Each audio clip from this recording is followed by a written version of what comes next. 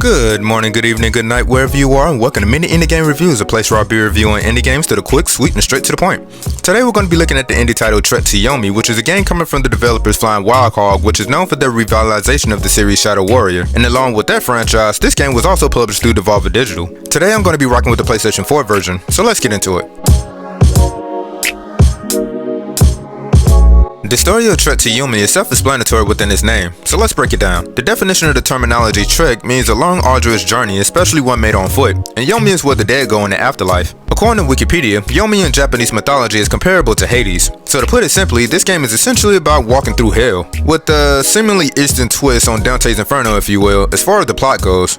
The main protagonist, who goes by the name of Hiroki, grows up in his village as a student of becoming a samurai, along with his childhood friend / seemingly love interest Aiko. Hiroki and Aiko vows to protect their home, and if you can already catch on to the certain stereotypical plot tropes, you can already figure out that things don't kinda go so well. As the name of the game entails, you already know what Hiroki must travel through. Trektoyomi has a very simple plot, but was interesting enough to keep me engaged throughout my playthrough, thanks to the creative way it tells its narrative. Not to mention, it kinda hammers in the concept of reevaluating what one would consider more important to a person, especially when it comes down to choosing between honoring a vow or a duty, or choosing between the love of somebody you cherish.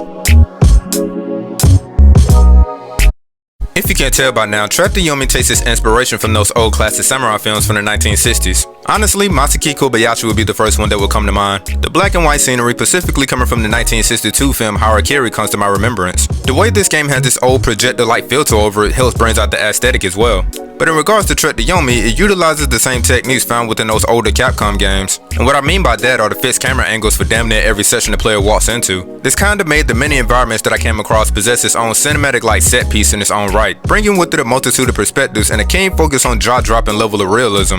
But what quickly grabbed my attention was walking through this town at the beginning of the game and seeing this denizens move around, bringing life to what I saw. As I said before, Trektoyomi brings a multitude of visual perspectives, aka camera angles. Because of this, it's kinda difficult to simply say if this game is a 2, 2.5, or even a 3D game due to the simple fact that it simultaneously juggles between certain components of all of them. Sometimes, well, mostly within battles it's 2D, but when exploring your surroundings, I noticed that things kinda open up, leaving the player to roam in the back as well as the foreground. Now, let's talk about the character models. The characters aren't that detailed per se, but it's realistic enough to make out their features. The different types of enemies, mostly or seemingly copy and pasted throughout this game, looks alright, but does its job in having the player recognizing which and how to approach them within the gameplay segments. But it's the bosses that kinda take the cake. All of the visuals for the most part stays true to its Eastern influences, and when it comes down to the otherworldly bosses, they are definitely something that you're gonna be remembering.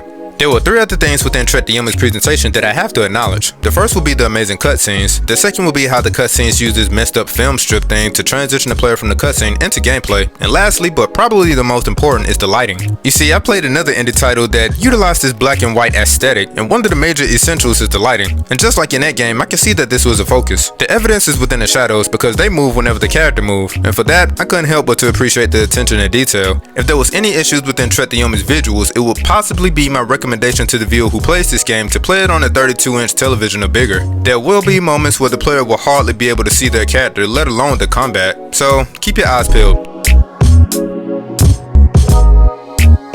Trektoyomi is a side-scroller with minor elements of exploration. The player will just be trekking, as the title says, while defeating enemies that may pop out and try to take you out. Hiroki, aka the player, is equipped with a sword which will serve as your primary weapon, along with projectiles like kunais and later on a bow and arrow that can one-shot kill people. When it comes to abilities within using a sword, the player has the option of light and heavy attacks. The heavy attacks for the most part can kill weaker enemies quickly, but as far as light attacks, it will take a few successful blows to get the job done. As far as the stronger enemies, such as the one with armor, learning button sequences to do various strings of attacks will come in handy. But there is a limitation that that lies within the game's mechanic to prevent spamming attacks and blocking endlessly, and that's within the form of a stamina bar located below these dots that serves as how many times you can get hit before you start over from your last checkpoint. And you can determine it by where the player last saved their game via these temples, and you will practically find these damn near after every small encounter. For the most part, you don't have to worry about a lack of any save points, and what makes them helpful is that, well, they can fully restore your stamina and health. Along the way, the player will acquire more things like skills when they defeat their enemies, things to refill the amount of projectiles, or what this game like to call ammunition, be able to find collectibles by investigating things that appear to always be shining on the screen, and lastly, you'll find items that will increase your overall health and stamina. Besides walking, Hierarchy can also run, but that also uses up stamina as well, and when you run out, the player enters a state of vulnerability until it's regained again. And really, you better pray that there are no enemies around, or they will take advantage of this state. What can actually help is breaking your opponent's guard by parrying.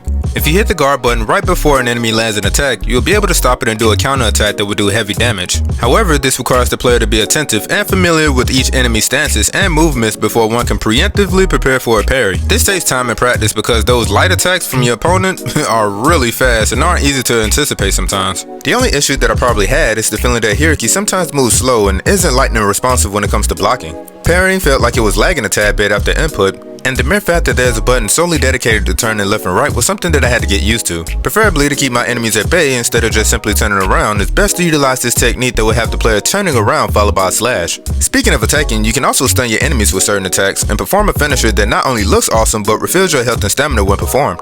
This will most certainly be helping you out when different types of opponents are introduced and swarming you. In my playthrough, after learning the different type of button variations for combos, there was this one combo that was like my go-to. If you hit this 3-piece, it's almost guaranteed for a finisher to be administered.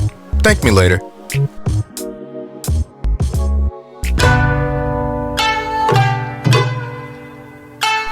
The music for trektoyomi was provided by Yoko Honda, which according to her SoundCloud is an EMI International Competition Award-winning composer for film, TV, and video games. She is also a music director, arranger, and a performer when it comes to her being a pianist, with her recent credits going to yours truly, Trektoyomi, The Informer, HBO Vice Principals, TV Ashi, Lethal Weapon, Pitch, Empire, and more. She also has an EP out called Yonichi, which she's been teasing on her Instagram for a moment. But along with her, we also have Cody Matthew Johnson, which according to his official website is a composer, music producer, and audio director that has done works for the games like the Resident Evil 2 remake and Devil May Cry 5. Now, not to be stereotypical, but this game provides what you would expect. Classical Japanese music that's rich in culture and in so many ways in which Miss Honda can agree with, according to this interview, pays homage.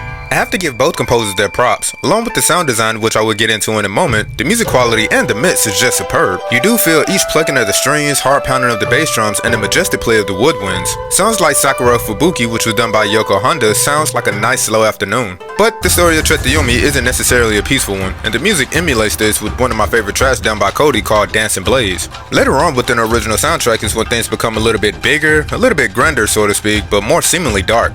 But when you play trektoyomi, it all makes sense because what the listener and the player will be coinciding when they hear these tracks, well, you know, it just makes sense. The music kind of brings out the proper element within setting the background and the atmosphere in which you're going to be playing through. So overall, the music is great. And as always, I will provide links to where you can pick up a copy for yourself.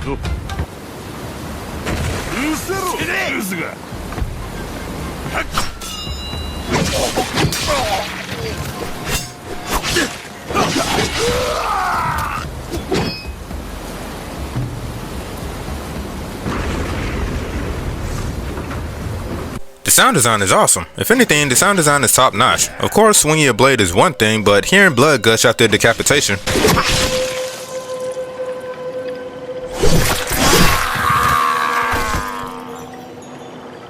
Not to mention the many screams of people in agony and emotional distress makes a convincing argument that people aren't having the best of moments. And then, on the environmental side, I particularly loved hearing the boom coming from moments where something massive is being put together.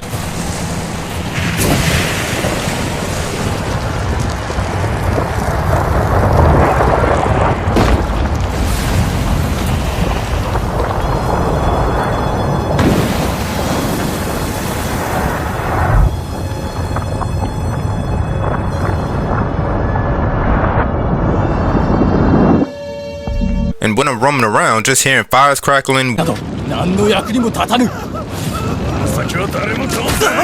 water's running, it all sounds so natural.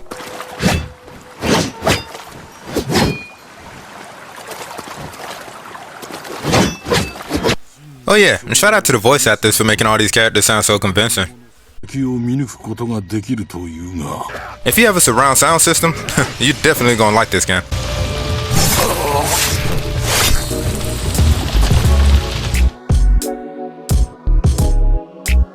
With everything covered, I'm going to give trektoyomi an 8 out of 10. The combat is simple enough to understand with the exception of the laggy parry system. The presentation really does make the player feel like they're participating in the actual cinematic movie. The story talks about the consequences of deciding on what's important to a person, whether it be love or duty. Trektoyomi teaches that regardless of the path chosen, it will ultimately come with the sacrifice of something important, along with the consequences that person will have to live with. The storytelling I can see was given much thought to where there were scenes where no dialogue was actually needed. The simple shots where it came to relaying an impactful message just through visuals alone made the story by the end of the game come full circle. And that right there made me appreciate the journey that trektoyomi took me through even more. Unfortunately though, after you complete a run of the game, you start a new game. There is no such thing as a new game plus within this title, which means you start from the beginning all over again. But anyway, trektoyomi is now available for PlayStation 4 and 5, Xbox One and Series S, and also on Steam for PC for the price of $20. If you liked or disliked this title, drop a comment, and until next time, be safe out there, and peace y'all.